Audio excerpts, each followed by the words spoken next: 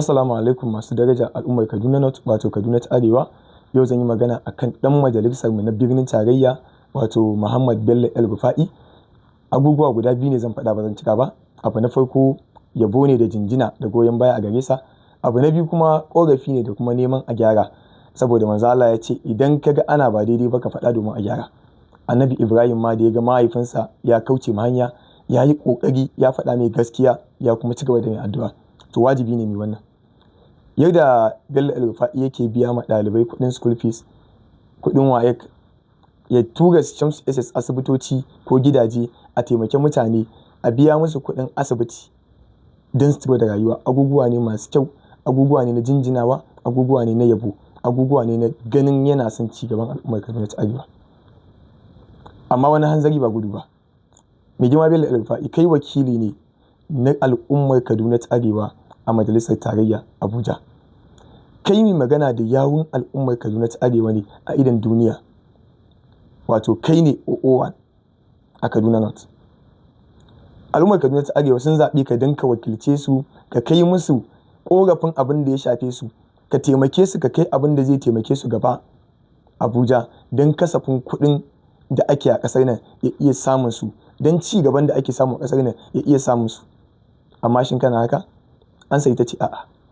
Yau dan ka kai ƙorafi, ka kai motion majalisa akan abin da ya shafi matsalar tsaron Najeriya ko matsalar NMG Kano ko matsalar Kaduna to Abuja highway ko matsalar wani abu da ya shafi can, abubuwa ne masu kyau. Amma ba su bane matsalar al'ummar Kaduna ta Arewa. Mu ɗaliban ilimi ne. Mun san yadda ake gina al'umma, mun san kuma abin da ya kamata a yi ma al'umma. Kuma al'ummar da suka zaɓe ka, ka taɓa zama da su iyayenmu ko ƴan uwanmu na jikinka, ka yi shawara da su akan menene matsalar al'ummar Kaduna ta Arewa? Ba wai adawa muke da kai ba. Saboda mun so ka kuma muna son ka, mun ma zaɓe ka.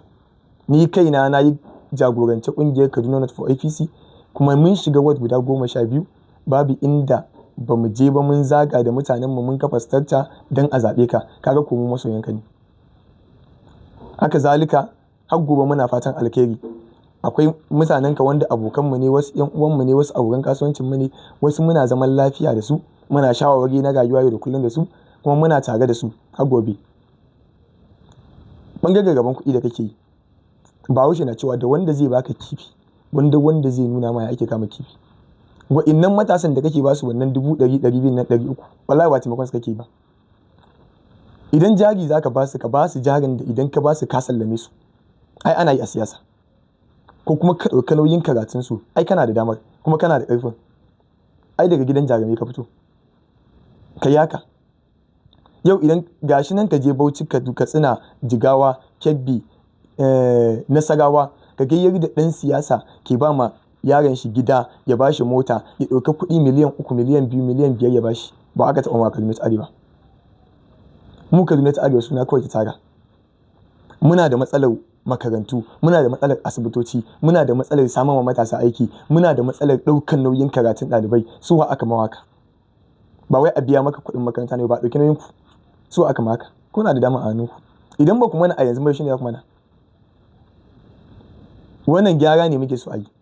Ba ma son mu cika ƙorafi, mu yi ta magana. Na yi tambaya na ce wa mutanenka, idan aka ce wani abu ne Bello El-Rufai ya yi, forget about street light da aka sa.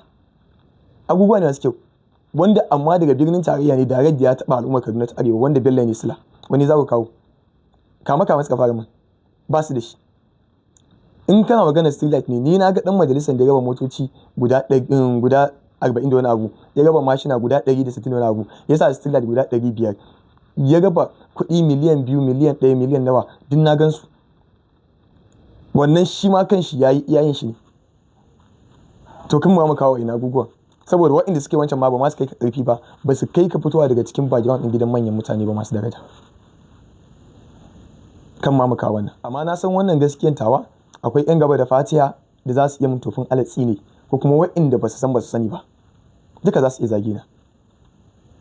Amma dole ne mu faɗa ma gaskiya, saboda babu wata hanya da kuka bada dama a faɗa muku gaskiya in ba wannan ba.